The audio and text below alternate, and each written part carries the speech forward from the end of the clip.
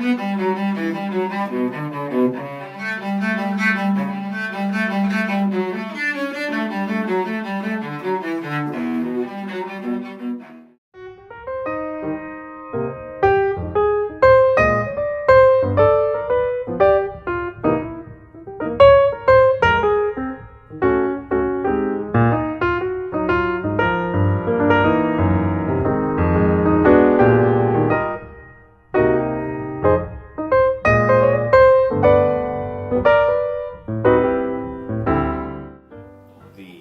invention of the computer is one of those great things, like the invention of the printing press. And I think you can imagine what the printing press did for freedom. I mean, a lot of people think of freedom in computer technology through the internet, through the fast and wide availability of information, the dissemination of individual opinions.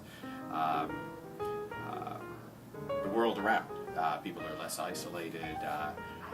Groups say protesting government policies in Kyrgyzstan can tweet about it. Protests in Iran are on the internet.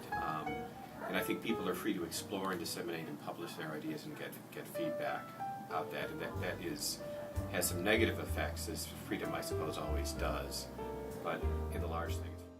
Musicians can use music to express their personal freedom, or even a larger concept of freedom, group freedom. So,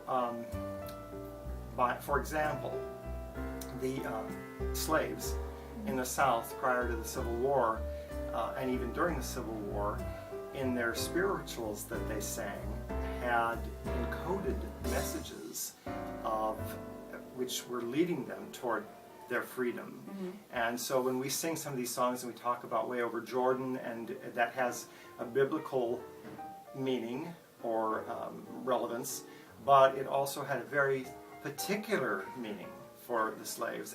Sung at certain times and in certain places, it meant cross the river tonight to freedom. Mm-hmm. And then in every society that's been repressed or been subjugated by some other group of people, this idea of a universal computer is one of the deepest ideas in the history of the species. I don't think it's well understood, but it is all about the freedom to do essentially universal, broad computations, where the limits are far, far, far out there. So I think that's a very special sense of freedom in computer science, the freedom to understand and control the software that tries to control us. In some way, and it's almost impossible to put into words, that music expresses something that words cannot. And so to try and put that into words is very difficult, but I'll just give you one example of why I think that's true.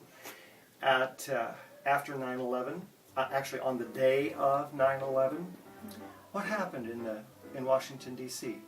The entire United States Congress, both houses of Congress, gathered on the steps of the Capitol building and sang God Bless America, because they didn't know what else to do.